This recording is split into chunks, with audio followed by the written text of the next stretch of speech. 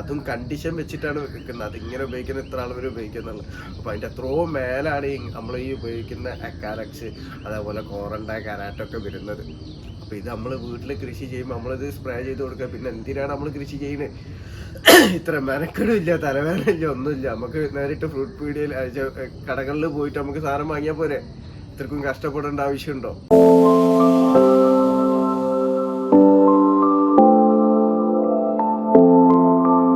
Hi, നമസ്കാരം. ഫാസിലാണ്. എൻ്റെ പുതിയ വീഡിയോയിലേക്ക് എല്ലാവർക്കും സ്വാഗതം. ഞാനിന്ന് പറയാൻ വേണ്ടി പോകുന്നത് എന്താ വെച്ചാൽ, നമ്മളിപ്പോൾ വീട്ടിൽ പച്ചക്കറി കൃഷിയാണെങ്കിലും ഫ്രൂട്ട് പ്ലാന്റ് കൃഷിയാണെങ്കിലും ഒക്കെ ചെയ്ത് കഴിഞ്ഞാൽ നമ്മൾ കീടശല്യം നമുക്ക് നിയന്ത്രിക്കാൻ വേണ്ടിയിട്ട് പറ്റൂല. നമ്മൾ എത്രത്തോളം നമ്മൾ ജൈവ രൂപത്തിൽ കീടനാശിനി സ്പ്രേ ചെയ്താലും പലരും പറയും വീണ്ടും കീടശല്യം വരുന്ന, അപ്പോൾ രാസമല്ലാതെ വേറെ മാർഗ്ഗമില്ല, രാസകീടനാശിനികൾ.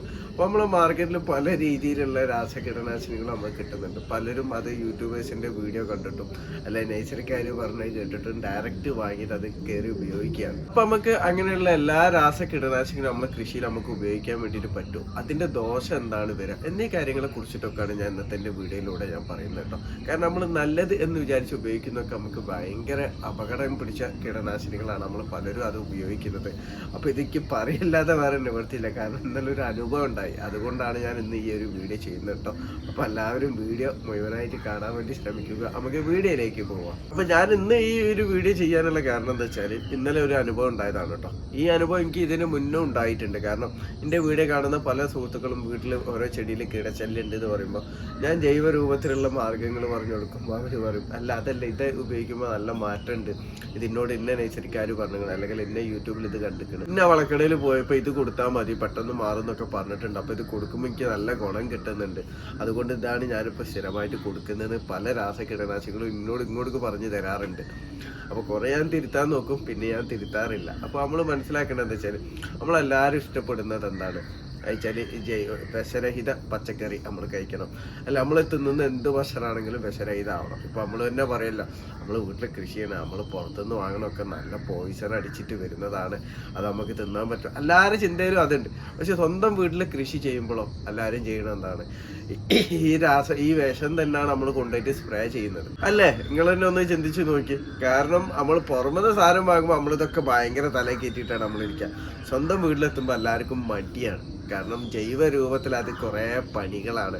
ഇതാകുമ്പോൾ വന്നു കഴിഞ്ഞാൽ എന്താ ചെയ്യുക, ഒന്നും ചെയ്യാനില്ല, ഇതങ്ങോട്ട് സ്പ്രേ ചെയ്യുക, ആ ഒരു ചിന്താധികാരാണ് അധികം ആൾക്കാരും. അപ്പോൾ ഇത് എത്രത്തോളം ഡേഞ്ചറാണ് നിങ്ങൾ ചിന്തിച്ചിട്ടുണ്ടോ? കാരണം പലതും നമ്മളിവിടെ ബാൻഡ് ചെയ്തിട്ടുള്ള കീടനാശിനികളൊക്കെയാണ് പലരും ഇത് ഉപയോഗിക്കുന്നത്. ഇപ്പോൾ ഇത് വീഡിയോ ചെയ്യാൻ പ്രധാന കാരണം എന്താ വെച്ചാൽ, ഞാൻ ഇന്നലെ ഒരു വളക്കടയിൽ പോയിരുന്നു.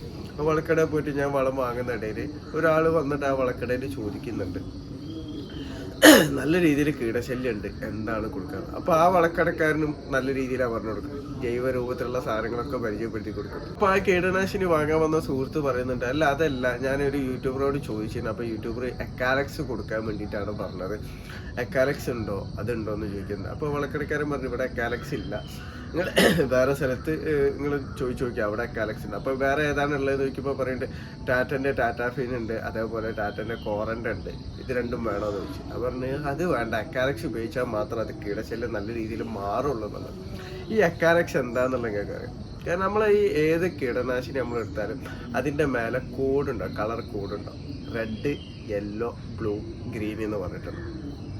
ഈ റെഡ്, യെല്ലോ എന്ന് പറഞ്ഞാൽ പക്കാ പോയിസണാണ്. ഈ റെഡ് നമ്മളിവിടെ കേരളത്തിലൊക്കെ നിരോധിച്ചതാണ്, നമുക്കിവിടെ വാങ്ങാൻ കിട്ടില്ല. യെല്ലോയിലും പകുതി മുക്കാലും നമ്മളിവിടെ നിരോധിച്ചതാണ്, നമുക്കിവിടെ വാങ്ങാൻ വേണ്ടിയിട്ട് കിട്ടില്ല. കാരണം യെല്ലോ പക്കാ പോയിസണാണ്, അയച്ച ടോക്സിക് ആണത്. അപ്പോൾ ഈ യെല്ലോയിൽ ചില സാധനങ്ങൾ മാത്രം, ചില ബ്രാൻഡുകൾ മാത്രം അത് ചെറിയ അളവിൽ ഉപയോഗിക്കുക എന്ന് പറഞ്ഞിട്ട് നമ്മളിവിടെ കിട്ടുന്നുണ്ട് പലതും.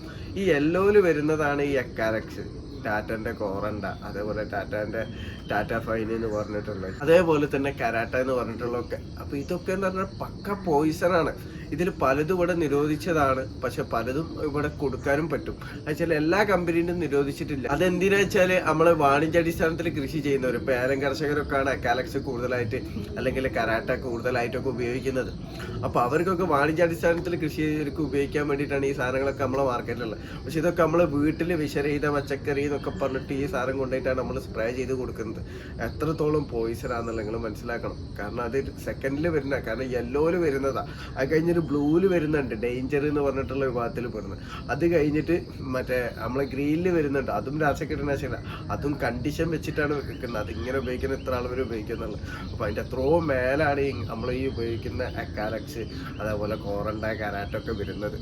അപ്പോൾ ഇത് നമ്മൾ വീട്ടിൽ കൃഷി ചെയ്യുമ്പോൾ നമ്മളിത് സ്പ്രേ ചെയ്ത് കൊടുക്കുക. പിന്നെ എന്തിനാണ് നമ്മൾ കൃഷി ചെയ്യുന്നത്?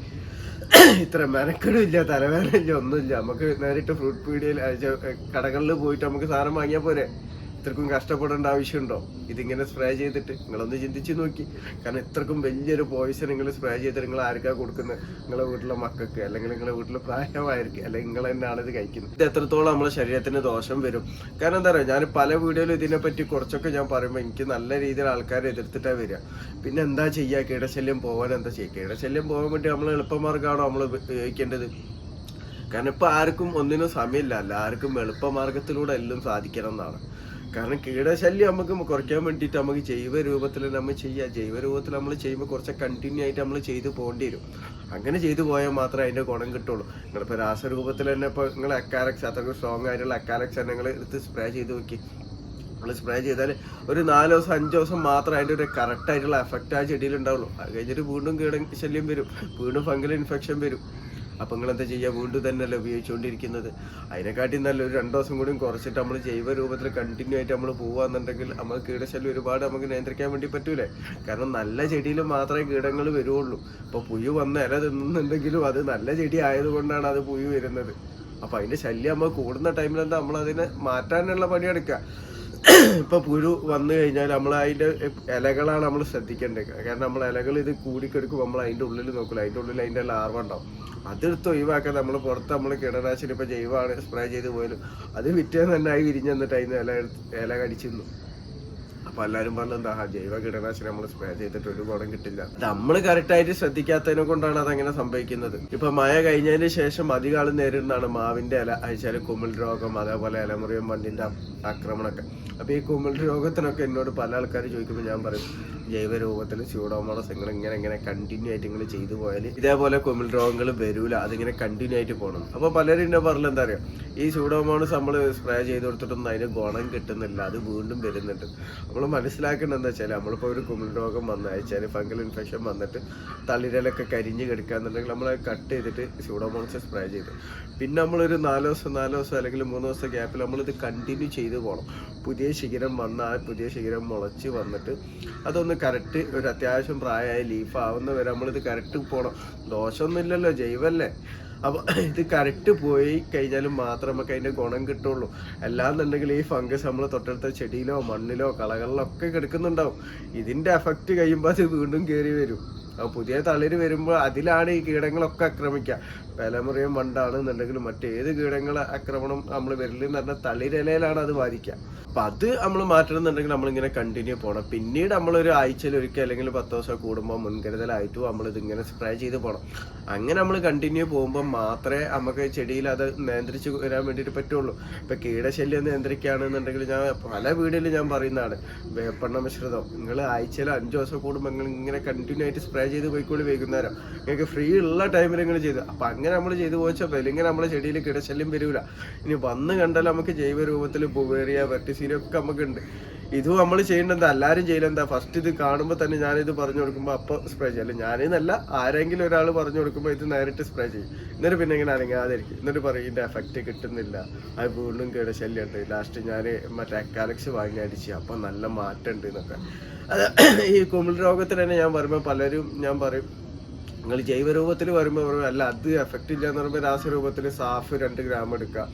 അതേപോലെ തന്നെ ഏതെങ്കിലും ഒരു കീടനാശിനി ഒരു 2 ml എടുക്കുക എന്ന് പറയുമ്പോൾ എല്ലാവരും പറയലാണ് അക്കാലക്സ് മിക്സ് ചെയ്താൽ പോരാ, അക്കാലക്സ് ഇതാക്കുക. ഞാൻ 5 ml അക്കാലക്സ് എടുത്ത് അപ്പോൾ സാഫ് അതേപോലെ 5 ഗ്രാം എടുത്ത് അത് കുഴപ്പമൊന്നുമില്ലല്ലോ, ഞാൻ സ്പ്രേ ചെയ്തിട്ടുണ്ട് കുഴപ്പമൊന്നുമില്ലല്ലോ എന്ന് ചോദിക്കും. നിങ്ങൾ മനസ്സിലാക്കേണ്ട കമ്പനി തന്നെ പറയുന്നത് 100 ലിറ്ററിന് 150 ml എന്നാണ്. വെച്ചാൽ 1 ലിറ്ററിന് 1.5 ml എടുത്താൽ മതി എന്നാണ് കമ്പനി തന്നെ പറയുന്നത്. ഇപ്പോൾ ഈ വലിയ പ്ലാന്റേഷൻ ഏലം കൃഷി ചെയ്യുന്ന ആൾക്കാർ വരെ ഉപയോഗിക്കുന്നതാണ്, അധികമായിട്ട് ഉപയോഗിക്കുന്ന ഈ അക്കാലക്സ് അതേപോലെ കരാട്ടൊക്കെ. ഓലെന്നെ അത് എടുക്കൽ എന്ന് പറഞ്ഞാൽ ഇപ്പോൾ 2 കൂടി മിക്സ് ചെയ്തിട്ടാണെന്നുണ്ടെങ്കിൽ 100 ലിറ്റർ വെള്ളത്തിലേക്ക് 120 ml അക്കാലക്സ് എടുക്കുകയുള്ളൂ. അതേപോലെ തന്നെ കരാട്ട എടുക്കാന്നുണ്ടെങ്കിൽ അതിലേക്ക് ഒരു 30 ml അങ്ങനെ 150 ml ആക്കിയിട്ടാണ് അവരത് സ്പ്രേ ചെയ്യുന്നത്. അപ്പോൾ നമ്മൾ ഈ വീട്ടിൽ കൃഷി ചെയ്യുമ്പോൾ തന്നെ നമ്മളെടുക്കുന്ന എത്രയാണ്, 1 ലിറ്ററിലേക്ക് 5 ml വെച്ചിട്ടാണ് നമ്മൾ എടുക്കുന്നത്. വെച്ചാൽ 1.5 ml കമ്പനി പറയുമ്പോൾ നമ്മൾ 5 ml വെച്ചിട്ട് എടുക്കുന്നത്. അല്ലെ ചില ഡോസേജ് കമ്പനി പറഞ്ഞ് 2 ml ആയിരിക്കും, പക്ഷെ നമ്മൾ എടുക്കുന്ന 5 ml. ഇത് എത്രത്തോളം നമുക്ക് ദോഷം, കാരണം അതിൻ്റെ പോയിസൺ എന്നുള്ള സാധനങ്ങൾ മാറ്റി വെച്ചാൽ പക്ഷെ ചെടി പൊള്ളിപ്പോവും, ചെടി കരിഞ്ഞു പോവും, നമ്മൾ അറിയുന്നില്ല ഇത്. ഇപ്പം ഇന്നലെ ഞാൻ പറഞ്ഞില്ല, വളക്കടയിൽ ഒരാൾ എക്കാലക്സ് ചോദിച്ചു വന്നത്, ആള് പച്ചക്കറി കൃഷിയാണ്.